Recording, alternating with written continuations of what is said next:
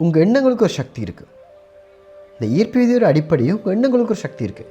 இங்கே ஒரு எண்ணங்களுக்கு சக்தி இருக்குன்னு நான் சொல்லும்போது நீங்கள் என்ன பண்ண ஆரம்பிச்சிடுறீங்க, என்னோட மனம் தான் பெரிய பவர், இந்த மனம் தான் பிரபஞ்சம், இந்த மனம் தான் கடவுள், இப்போ எனக்குள்ளே தான் ஏதோ ஒன்று இருக்குது, அந்த எனக்குள்ளே இருக்கிற அந்த மனம்தான் இந்த ஒட்டுமொத்த பிரபஞ்சம் விரிஞ்சிருக்குன்னு ஏதேதோ ஐடியாலஜி நீங்கள் எடுத்துகிட்டு அதுக்கு சக்தி கொடுக்க ஆரம்பிச்சிருங்க. இந்த மனம் தான் பெருசு போல் இருக்குது, இந்த மனசு தான் எல்லாத்தையும் கொடுக்குது போல் இருக்குது. இந்த மனமும் இந்த எண்ணங்களுக்கும் சக்தி கிடையாது. எண்ணங்களுக்கு ஒரு சக்தி இருக்குது, அது அந்த எண்ணங்களோட சக்தி இல்லை. அப்போ ஒரு விஷயம் நீங்கள் புரிஞ்சுக்கணும், அந்த எண்ணங்களோட சக்தியே கிடையாது. அது உங்களோட சக்தி உங்களோட எண்ணங்கள் வடிவில் வெளிப்படுது.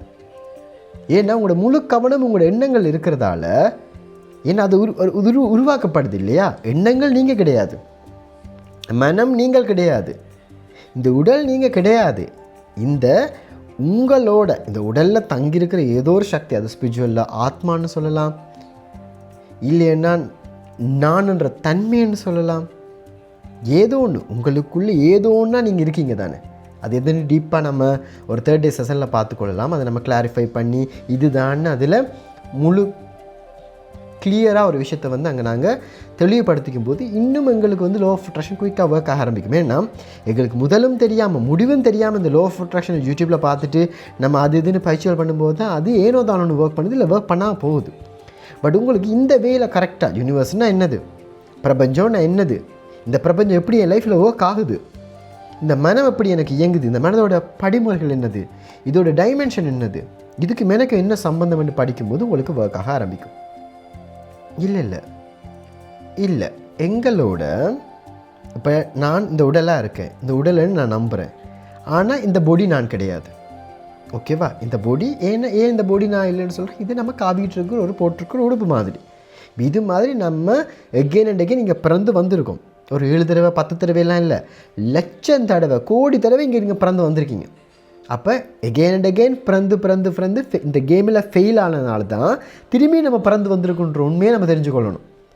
நான் என்ன பண்ணியிருக்கோம், எகெயின் அண்ட் எகெயின் பிறந்து வந்திருக்கோம்.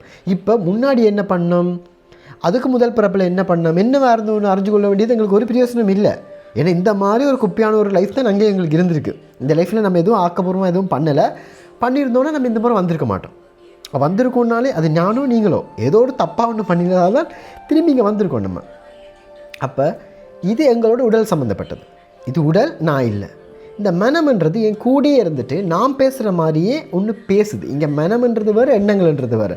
அதை நாங்கள் 2ஆம் நாள் கிளாஸில் பார்த்துக்கொள்ளும். அது என்னது, ஏன்னா ஒரு 19 டோக்கனில் சொல்லுவாங்க என்னென்னா, ஒரு 19 வேயில் 19 டோக்கனில் என்ன சொல்லுவாங்க, இந்த மனதிலிருந்து தான் இந்த எண்ணங்கள் வருது, இந்த மனதிலிருந்து இந்த எண்ணங்கள் வருதுன்னு ஒரு 19 சொல்லிடுவாங்க. ஆனால் இந்த மனதிலேருந்து எண்ணங்கள் வர்றதில்லை, எண்ணங்களோட பிறப்பிரமனு வேறு. அப்போ அதையே தெரியாமல், அதாவது எண்ணங்கள் எங்கேருந்து வருதுன்னே தெரியாமல் தான் எங்களுக்கு மற்ற கொஷன்லாம் வர ஆரம்பிக்குது.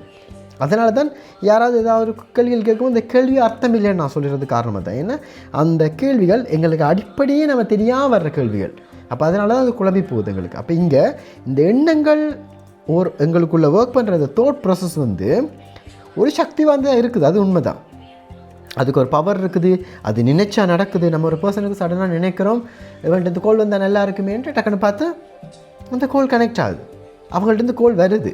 நம்ம கோல் எடுக்க தேவையில்லை, நினைக்கிறோம் ஒரு கோல்னு வருது. அப்போ நம்ம என்ன சொல்கிறோம், இப்போ தான் உங்களை நினச்சோம். ஸோ சம் வேயில் ஏதாச்சும் இடிப்பதியோ வட்டவத கோல்டோ நம்ம இங்கே ஒன்று நினச்சா அங்கேருந்து ஒன்று வருது.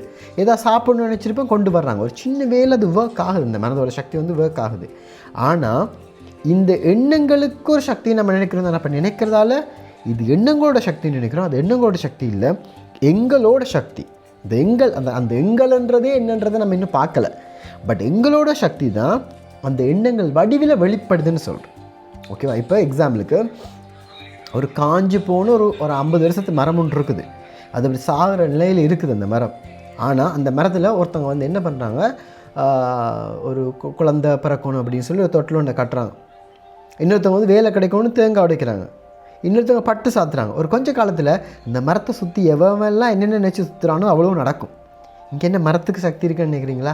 எல்லாரோட சக்தியும் கொண்டு அங்கே கொடுக்குறீங்க. அந்த நம்பிக்கை என்ன ஆகுது, வர ஆரம்பிக்குது. இதே தான் நம்ம தெய்வங்கள்னு சொல்லி, கடவுளை பற்றி நான் சொல்லலை, பிரபஞ்சத்தை நான் பற்றி பேசலை, தெய்வங்கள்னு சொல்லி நம்ம வழிபாட்டு முறைகள் கொண்டு வந்திருக்கோம் தானே. இந்த நம்பிக்கை அடிப்படையில் அது நடந்துட்டுருக்கு. இந்த தெய்வங்கள்ன்றதுக்கும் கடவுள்ன்றதுக்கும் பிரபஞ்சம்ன்றதுக்கும் படைப்பாளின்றதுக்கும் டிஃப்ரெண்ட் இருக்குது. பட் நம்ம என்ன பண்ணிகிட்ருக்கோம், எல்லாத்தையும் ஒரு 19 பார்வையிலையும் நம்ம வச்சுட்ருக்கோம். எல்லாமே ஒரு 19 பார்வை. அதனால தான் இந்த கன்ஃபியூஷன் எல்லாமே இருக்குது. அப்போ எங்களுக்கு நம்ம ஒரு சக்தி வாய்ந்தவங்களாக இருக்கிறோம். எங்களோட சக்தி எண்ணங்கள் வடிவில் வெளிப்படுது. அதனால் எங்களோட லைஃப் இந்த வேலை கிரியேட் ஆகுது. இதுதான் இந்த லா ஆஃப் அட்ராக்ஷனோட அடிப்படையான விஷயம். இது புரிஞ்சிருச்சுன்னா நம்ம அடுத்த ஒரு விஷயத்துக்கு போயிடலாம். என்னது, அப்போ என்னோட எண்ணங்கள் தான் என் வாழ்க்கையை தீர்மானிக்குதுன்னா இன்றைக்கி இருக்கிற என்னோடய லைஃப் நேற்று எண்ணங்களோட ஒரு தொகுப்பு. நேற்று என்னோடய எண்ணங்கள் எப்படி இருந்துச்சோ அதோட பலன் தான் நான் இப்போ அனுபவிச்சுட்ருக்கிற இன்றைய வாழ்க்கை. அப்போ நாளைக்கு என் லைஃப் பெட்டராக இருக்கணும், நான் நினைக்கிற மாதிரி இருக்கணும்னா இன்றைக்கி என்னோடய தாட் ப்ராசஸை நான் மாற்றாமல் வைக்கணும். நான் அதை மாற்றிட்டேன்னா என்னோடய ஃப்யூச்சர் நல்லாயிருக்கும். இவ்வளோதான் சிம்பிள். அப்போ இதைத்தான் நாங்கள் இங்கே பண்ண போகிறோம். அப்போ இதை பண்ண போகிறோன்னும் போது ஓகே, இப்போ நான் டிசைட் பண்ணிட்டேன் என்னென்னு. ஓகே, இன்னையிலேருந்து என்னோடய மனசு மாறப்போகுது, என்னோடய எண்ணங்கள் மாறப்போகுது, நான் மாறப்போகிறேன்னு டிசைட் பண்ணிட்டோன்னா இந்த மனம் நம்ம சொல்கிறதுக்கு ஏற்ற மாதிரி மாறிடுமா? அது மாறாது. அதே பாஸ்ட் நெகட்டிவ் தாட்ஸுகள், அதே விஷயங்கள், அதே வேலை தாட் ப்ராசஸ், அதே டிசிஷன் மேக்கிங் அதுதான் அது பண்ண போகுது. அப்போ இது நீங்கள் நினைச்சாலும் மாற முடியாத ஒன்று, நான் இங்கேருந்து கொடுக்குற அட்வைஸில் மாற முடியாத ஒன்று. அப்போ அதுக்கு தான் நாங்கள் இங்கே சில டாஸ்க்களை வேறு பண்ணி வச்சுருக்கோம். இந்த டாஸ்க்களை என்ன பண்ணும், உங்களை மீறி உங்களை சரி பண்ண ஆரம்பிக்கும். நீங்கள் சரியே ஆக வேணாம், நீங்கள் எஃபர்ட் போட வேணாம், உங்களை மீறி அது மாற்றும். உங்களுக்குள்ளே இருக்கிற அந்த பெட்டர் செல்ஃபை அது வெளியே எடுத்துகிட்டு வரும்.